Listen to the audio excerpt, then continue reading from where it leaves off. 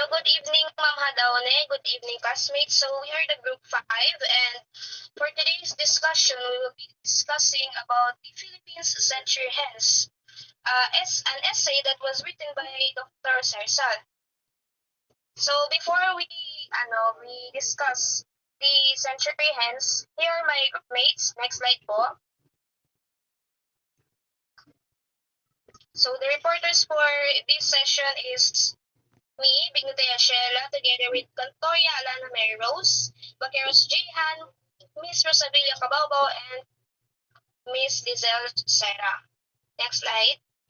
So, in the introduction of this essay, the background, that the Philippines a century hence was published in the newspaper magazine La Solidaridad in Madrid, Spain on September 1889 to January 1890. And itong essay ay isinalin mula sa Spanish patungo sa Ingles ni Mr. Charles Derbyshire sa English language. Yun na nga. Si Charles Derbyshire ay isang American educator and translator who played a significant role in translating the No Limitangere and El Filibusterismo. These translations of the novels was published in 1912. So, the Nolimi and the Elfili, this signifies para balikan ang nakaraan, pintahan ng kasalukuyan at guhitan ang hinaharap. So, the essay of Rizal, The Philippines a Century Hence, ito ay patungkol sa prediksyon ni Jose Rizal sa ating bansang Pilipinas sa loob ng 100 taon. Ano nga bang mangyayari sa Pilipinas habang sinasakop tayo ng mga Espanyol at sa mga susunod pa? At itong essay ay nahati sa 4 na parte na kung saan ay may iba't ibang kwento o issue na ating pag-usapan maya-maya lamang. So, next slide.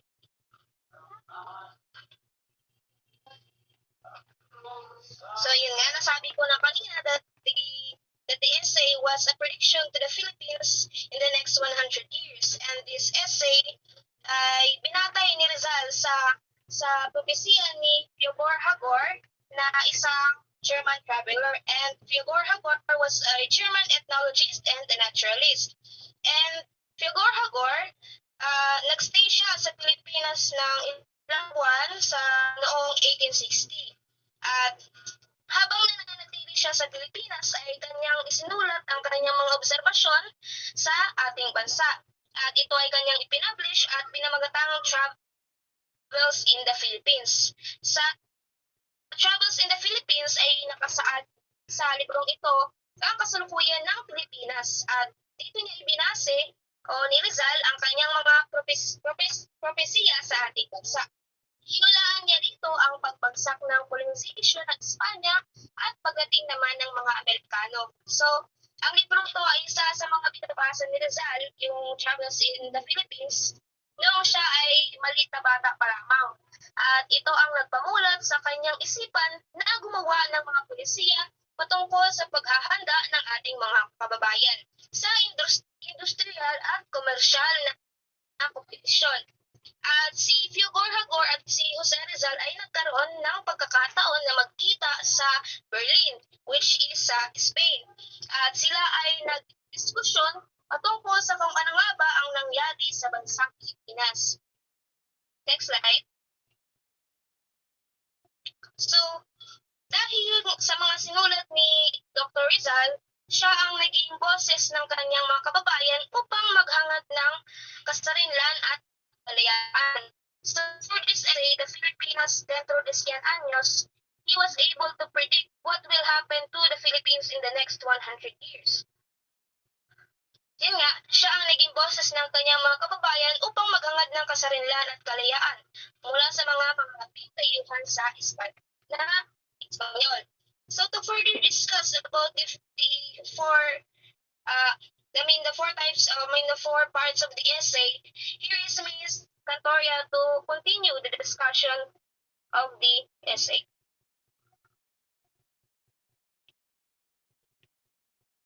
Next slide po. Next slide po. Next slide po. Next slide po. Thank you. Thank you. So, in part 1, So, the in part 1, Philippines, the a century Philippines, a hence, century hence, ay isang ay isang socio-political essay na socio-political isinulat essay ni na Rizal isinulat ni na Rizal ipublish na noong i-publish noong 1889 sa magazine na 1889 sa tinatawag magazine na na La tinatawag na La Solidaridad. Solidaridad. Naisip ni Rizal na sulatin ito Naisip upang ni Rizal na ipahiwatig sulatin kung ano ito nga ba ang upang mangyayari sa ipahiwatig kung Pilipinas ano nga ba ang pagtapos ng mangyayari isang sa daang Pilipinas taon. pagtapos ng isang daang taon. Gusto rin ipahiwatig ni Rizal sa mga Gusto rin Espanya ang ipahiwatig ni nangyaring Rizal sa French mga Revolution Espanya ang noon nangyaring ay French mahalin Revolution tulad sa noon ay nangyayari sa mahalin tulad sa Philippines. nangyayari sa Pilipinas. Next slide po. Next slide po. Next pa po. Next pa po. Sige pa po. Sige pa po. Thank you. Thank you. Isa na dito, Isa na dito, inilahad sa unang sa chapter unang ang chapter pagsasaka ang ng mga pagsasaka Pilipino ng mga sa Pilipino pamamalakad sa ng pamamalakad Espanya. ng Espanya. Isa na dito ang Isa na dito pag-implement ang ng military pag-implement ng policies military policies at pagkawala ng at kultura pagkawala ng ng mga ating kultura mga ng mga ninuno. ating mga ninuno. Kasama na din dito Kasama ang na din dito ang pagkaalipin at pag-aalipusta ng mga pagkaalipusta ng dayuhan mga sa mga dayuhan sa Pilipino. mga Pilipino. Simula nang dumating Simula ang nang mga dumating Spanish ang mga friars dito Spanish sa friars dito Pilipinas, sa Pilipinas, ang mga ang Pilipino mga ay naging Pilipino ay submissive naging o submissive o sunod-sunuran sa mga sunod-sunuran sa dayuhan. mga dayuhan. Dito na Dito nagsimula na ang nagsimula pagkalugmok ang ng mga pagkalugmok ng Pilipino mga at Pilipino pagbaba at ng kanilang pagbaba mga ng moral. kanilang mga moral. Hindi pa dito Hindi pa natatapos dito ang kanilang natatapos ang pamamaliit kanilang sa mga pamamaliit sa Pilipino mga Pilipino dahil nga sa dahil pangit nga na sa pangit pamamalakad na ng mga pamamalakad ng dayuhan, mga dayuhan, hindi hindi maiwasan na ang ilan maiwasan ay na ang nagtaas ilan ng ay kilay nagtaas sa ng mga kilay sa dayuhan. mga dayuhan. Karamihan pa rin ng Karamihan mga pa rin ng Pilipino mga ay puno ng Pilipino ay pag-asa at puno ng hindi pa rin pag-asa at hindi pa nawawala rin ng nawawala dignity. ng dignity. Para naman Para naman ipagpatuloy ang ikalawang ipagpatuloy ang ikalawang bahagi, bahagi, nandito si nandito Ginoong si Baqueros. Ginoong Baqueros.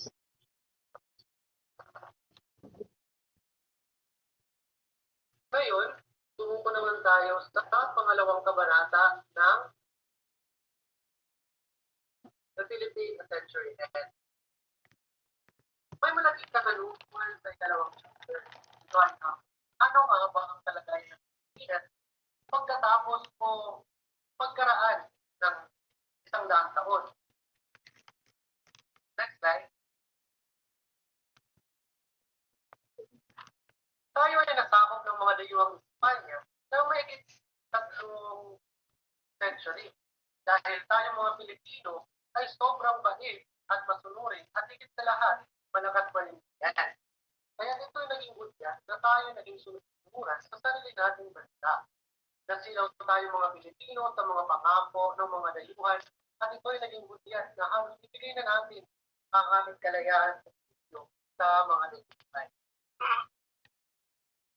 Ang tingin natin mga Pilipino sa mga dayuhan ay protektor ng bansa.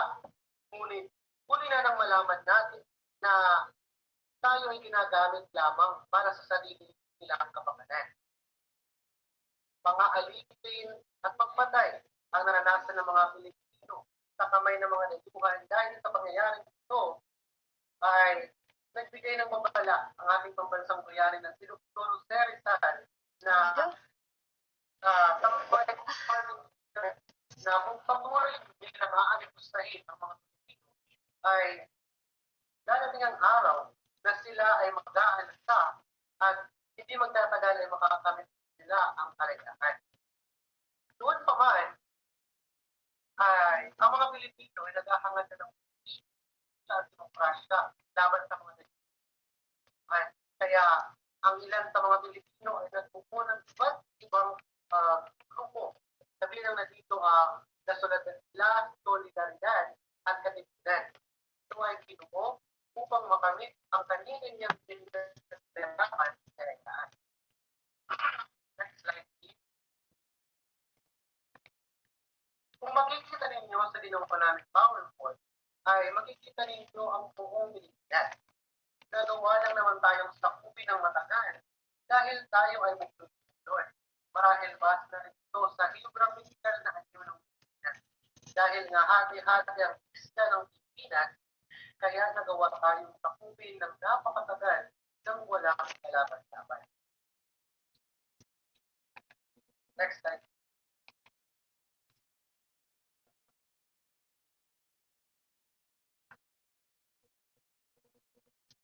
Naririnig niyo po ba ako?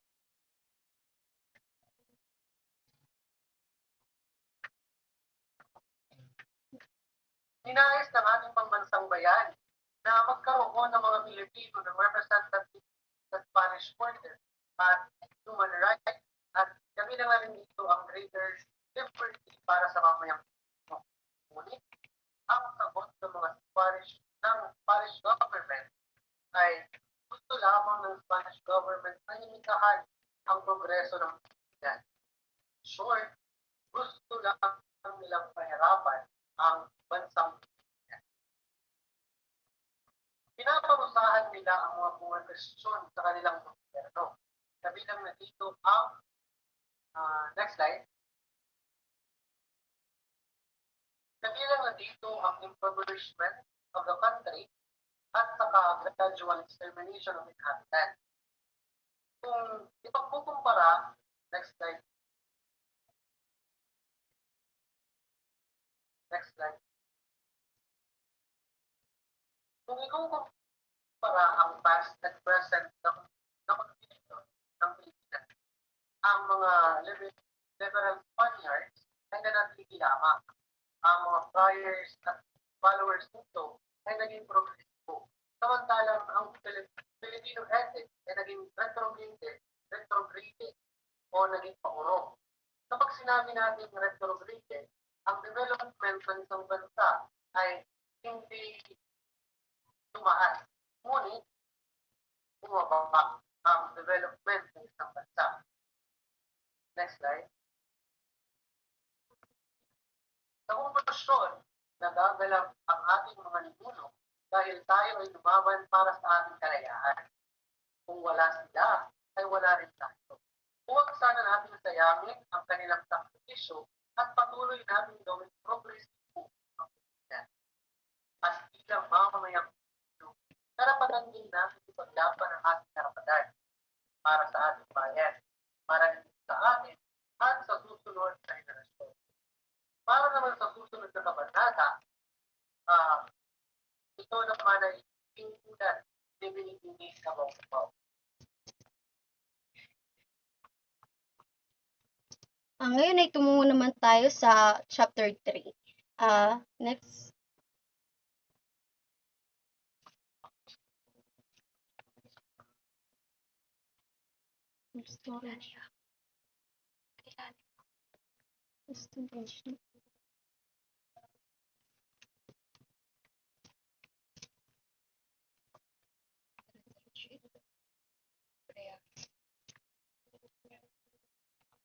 Muli ako si Binibining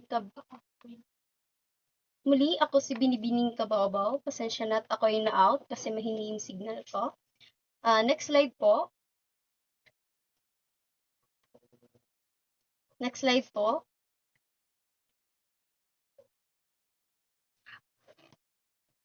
The future of the Philippines if it remains under Spanish colonialization. Ano kayang mangyayari sa Pilipinas kung patuloy na manatili sa ilalim ng pamumuno ng Espanya? Magiging maunlad ba ang bansa o patuloy na magdurusa ang mga mamamayan? Kung mananatili sa ilalim ng Espanya ang Pilipinas, posibleng hindi pa rin magkaroon ng malayang pamahalaan ng Pilipinas. Ang pamumuno ay patuloy na manggagaling sa mga Espanya, kung saan ang mga Pilipino ay limitado pa rin sa mga mababang posisyon sa gobyerno. Ang sistema ng pamumuno ay maaaring manatiling sentralisado at ang mga karapatang pampolitika ng mga Pilipino ay hindi pa rin lubusang kinikilala. Next slide po.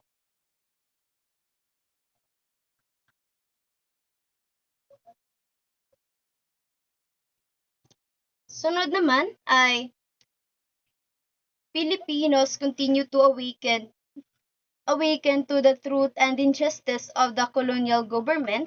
The next one is the Spanish control of media and information, an obstacle to true reform.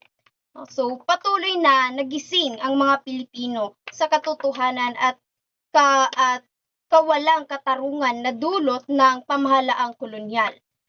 habang lumalawak ang kamalayan ng mga tao sa tunay na kalagayan ng bansa na napagtatanto nila ang pang-aabuso at pagsasamantala ng mga dayuhang mananakop. Isa sa mga pangunahing hadlang sa tunay na reforma ay ang mahigpit na kontrol ng mga Kastila sa media at impormasyon sa pamamagitan ng sensora at pagkontrol ng mga pahayagan at aklat. Pinipigilan ng sensora ang pinipigilan ng kolonyal na pamahalaan ang paglaganap ng mga ideyang makabayan at mapagpalaya. Dahil dito, nagiging mahirap para sa mga Pilipino na magkaroon ng malayang pag-iisip at tunay na unawain ang kanilang karapatang ipinagkait sa ilalim ng pananakop. Dahil dito, patuloy na namulat ang ibang mga mamamayan at naghahangad din ng ibang gobernador ng reforma para sa bansa. Ngunit, hindi agad ito naging matagumpay sapagkat hawak ng Espanya ang impormasyon at balita sa bansa. Next slide po.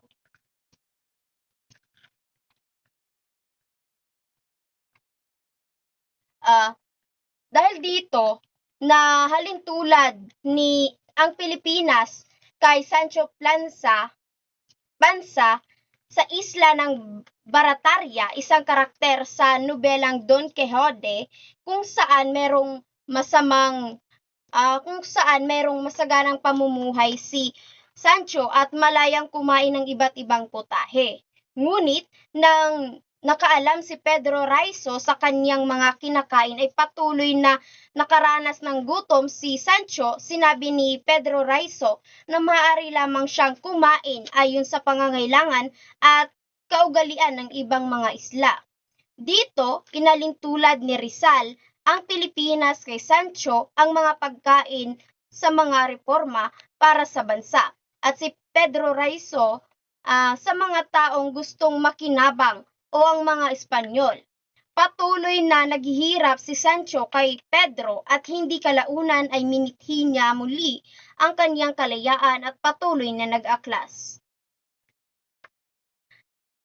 Next slide.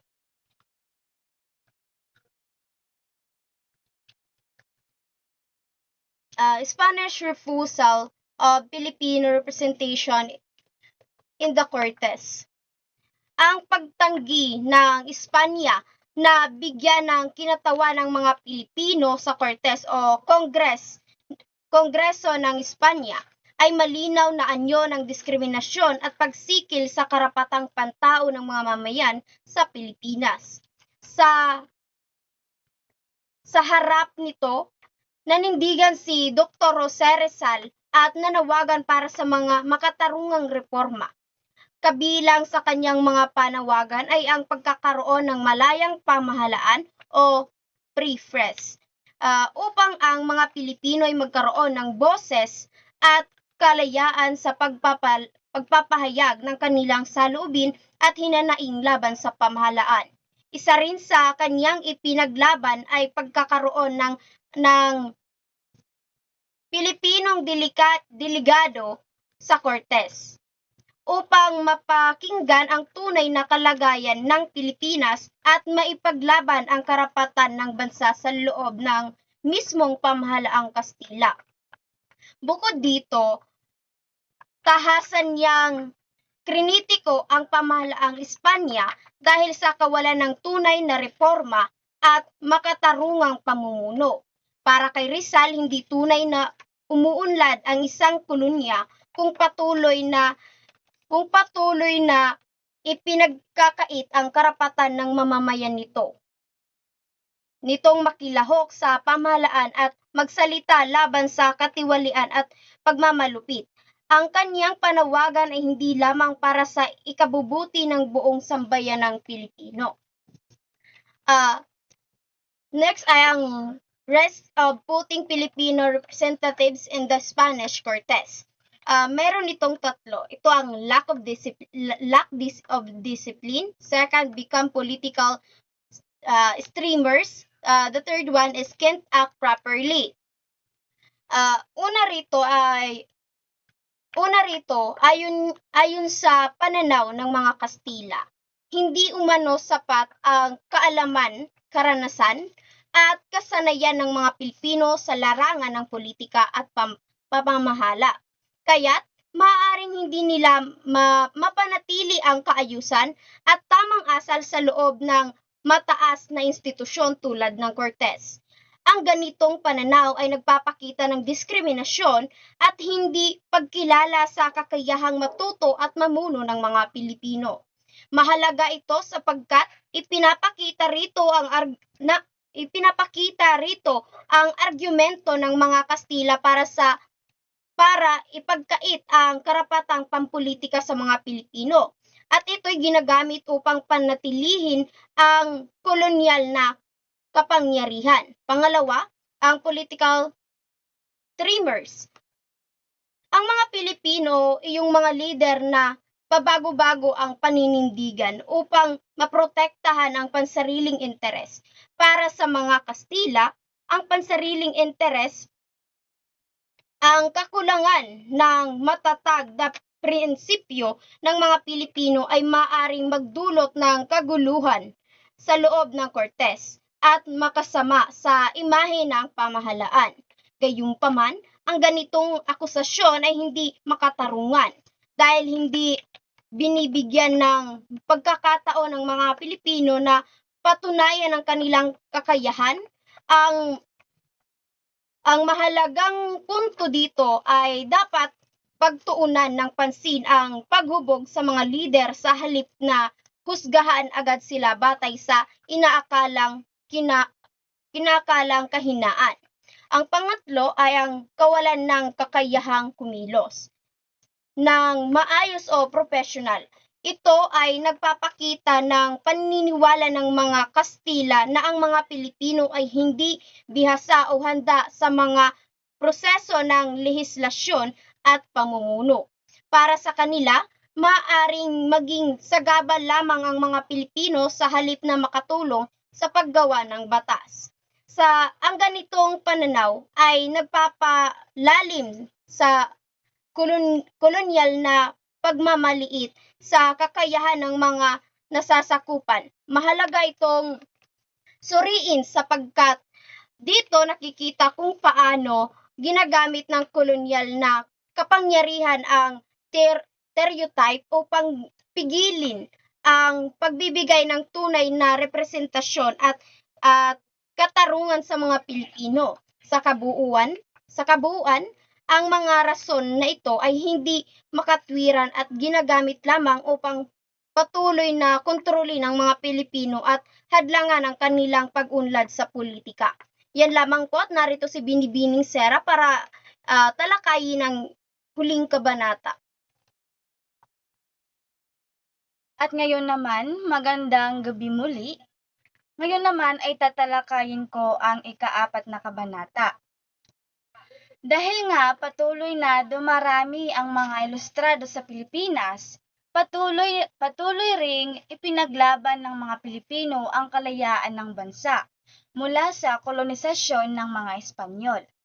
Ang bahagi ng ika-4 na kabanata ng The Philippines a Century Hence ay ang pinakamainam na ilarawan sa pariralang o sa phrase ng the existence of a foreign body within another endowed with strength and activity is contrary to all nature and ethical laws, na kung saan ang foreign body ito ay tumutukoy sa Espanya at ang within another ito naman ay tumutukoy sa Pilipinas. So, may tatlong maaaring mangyari sa Pilipinas na sa hinaharap na hinulaan ni Dr. Jose Rizal para sa Pilipinas. Ito ay ang assimilation into Spain, destruction of the Philippines, removal of Spain from the Philippines.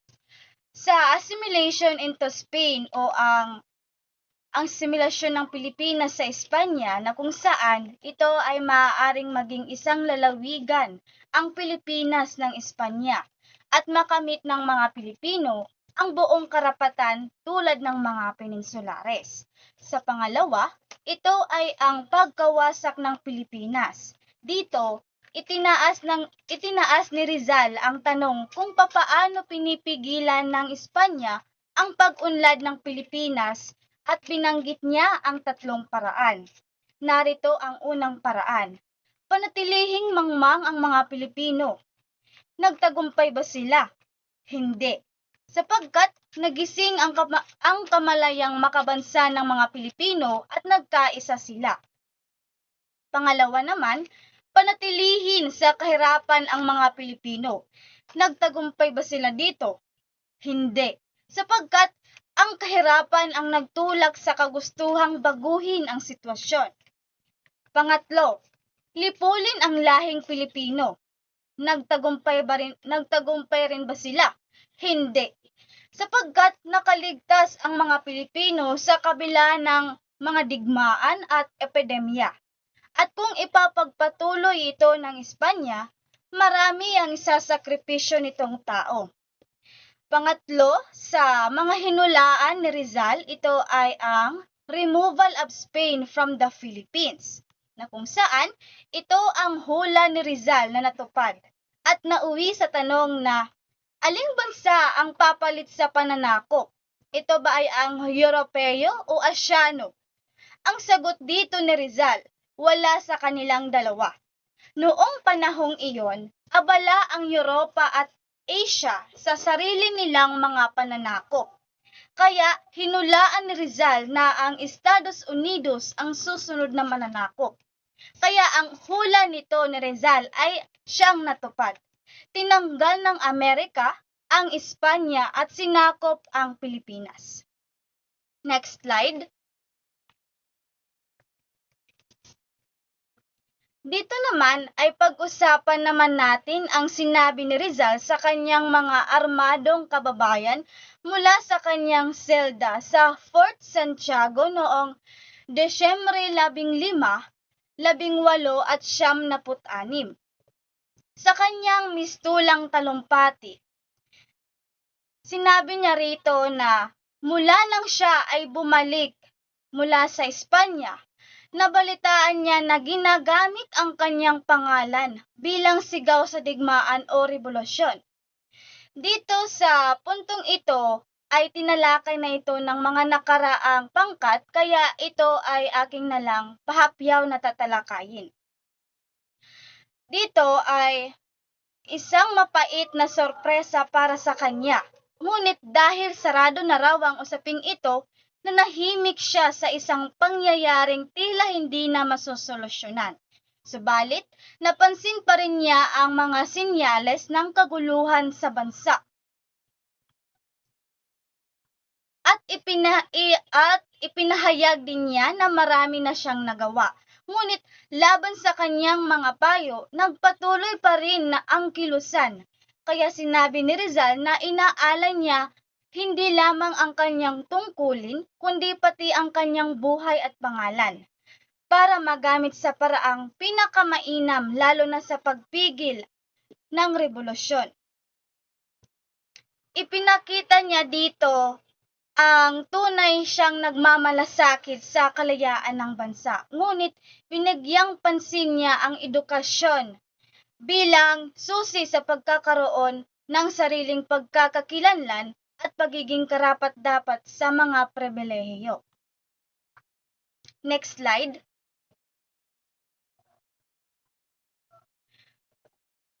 Dahil dito ay hindi niya napigilang tuligsain at kundinahin ang revolusyon bilang isang hangal at marahas na hakbang na sumisira sa dangal ng mga Pilipino. At ngayon, pag-usapan naman natin tungkol naman sa kanyang posisyon sa revolusyon. Rizal's belief on reform and freedom. Habang naghihintay ng paglilitis noong 1896, sumulat si Rizal ng liham na nagpapahayag ng kanyang pagtutol sa armadong revolusyon laban sa Espanya. Nilinaw niya na siya ay walang kinalaman sa mga gumagamit ng kanyang pangalan sa revolusyon. Palagi niyang tinutulan, nilabanan at nilinaw na ang marahas na pag-aalsa ay mapanganib. At dito, reforms must come from above. Binigyang diin niya ang pangarap ng mga Pilipino at makamit ang kalayaan. So dito is emphasize civic education over rebellion. So dito, mas pinili ni Rizal na ang edukasyon ang panatilihin over rebellion. Next slide.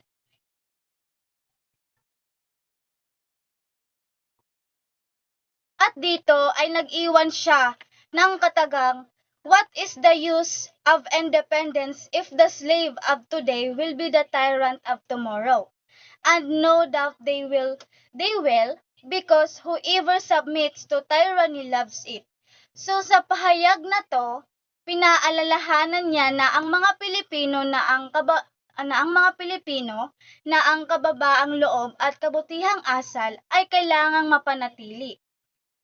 At huwag abusuhin ang kapangyarihan kung sakaling makamit ang kalayaan. Para kay Rizal, ang rason o katwiran ay isang biyayang kailangang gamitin upang malabanan ang kamangmangan na siyang ugat ng pagkakaalipin. At yun lamang po nagtatapos ang aming talakayan mula sa ika-5 pangkat. Maraming salamat sa pakikinig.